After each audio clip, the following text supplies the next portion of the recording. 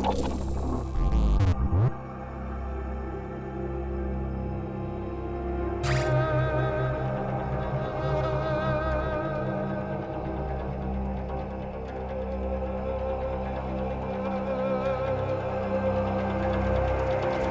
an argument to be made whether video games need to have the best graphics to be good. Cases can be made for realistic renditions being more immersive, but I tend to be on the other side of that fence, valuing good gameplay and story.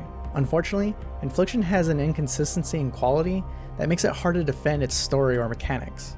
No matter how much care caustic reality put into bringing this tragic tale to home consoles, I just wanted to get in and out, but not because it was scary. Other cases like this have been reported on in the past, but have never been fully resolved.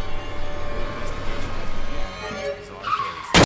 The story begins with an unnamed man as the protagonist finds himself in the middle of an investigation on a deteriorating relationship between a tragically killed woman and the suspected husband that has been mysteriously driven to madness.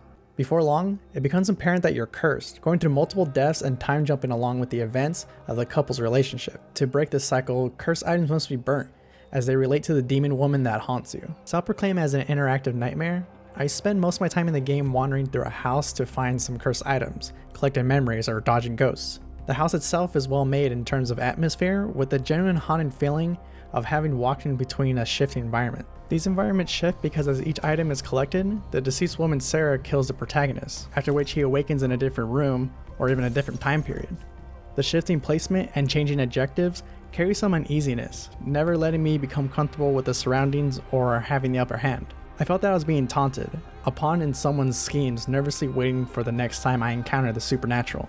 Speaking of being uncomfortable, the memories that are scattered throughout each chapter add more context to the story of Sarah and Garrett Pout. Journals and ordinary house items unlock voiceovers from Sarah, regaling about a simpler time in her and Gary's budding relationship, or the more sinister later years of her being a victim to his abuse and insanity. While the memories are not necessary to complete the main story, understanding the people involved in horrid events adds depth to Infliction for those who are interested. As for the main objective, finding significant items tend to make me experience violent and haunting scenes, such as teleporting through paintings to a new dimension, or Sarah slamming the protagonist's head through windows.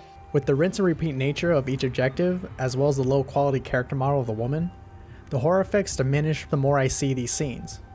I favor Sarah more when she's in the environment, quick moving and on screen for a short amount of time. These moments of gameplay make for some of the best parts of Infliction. The sense of urgency to get through puzzles with the added consequences of running into Sarah had me on edge.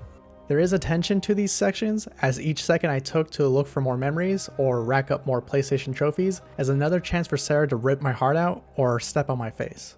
There are clever mechanics at use, with some death animations being contextual. Without spoiling the latter half of this story, I'll say being near a framed picture when the ghost woman gets you is an eye-opening experience. These death scenes are a trip to witness. However, there are the occasional scenes with stiff animations that detract from the creepy atmosphere that the game was holding up. On the subject of Sarah, there are a handful of times where the sequences didn't look quite right or just entirely glitched. My first encounter had me walk through the dark trying to avoid her silhouette. When she grabbed me, there wasn't much to see and my character just woke up in the next chapter. Reloading the scene had much better results, with Sarah holding me close to her face as her jaw opened wide enough to eat my head. These unfortunate glitches to sequences are common, as most of the audio cut from entire chapters or Sarah not noticing me when I was right in front of her. Reloading fixes these issues but kills the experience. As mentioned, environments are well made for the main areas that you walk through, but there is an inconsistency in quality in other rooms and spaces. In most accounts, I am not picky about empty areas in video games, but horror narratives should focus on the atmosphere more. Buying groceries. When they returned home, they found the mother of the child holding the infant in her arms. Authorities have taken the mother in for questioning, but she has since been released. A spokesperson for Pleasant Falls PD told us that the death has been ruled accidental. However, the investigation.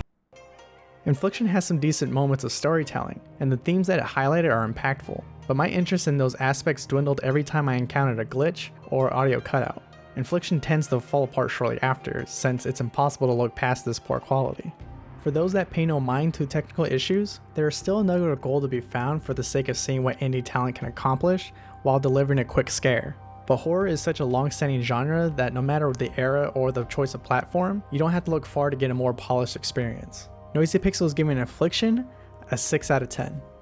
Thank you for watching. Noisy Pixel is ran by a group of gamers who work hard to give you news, reviews, previews, and more. Be sure to subscribe here on YouTube to keep up with all of our future content.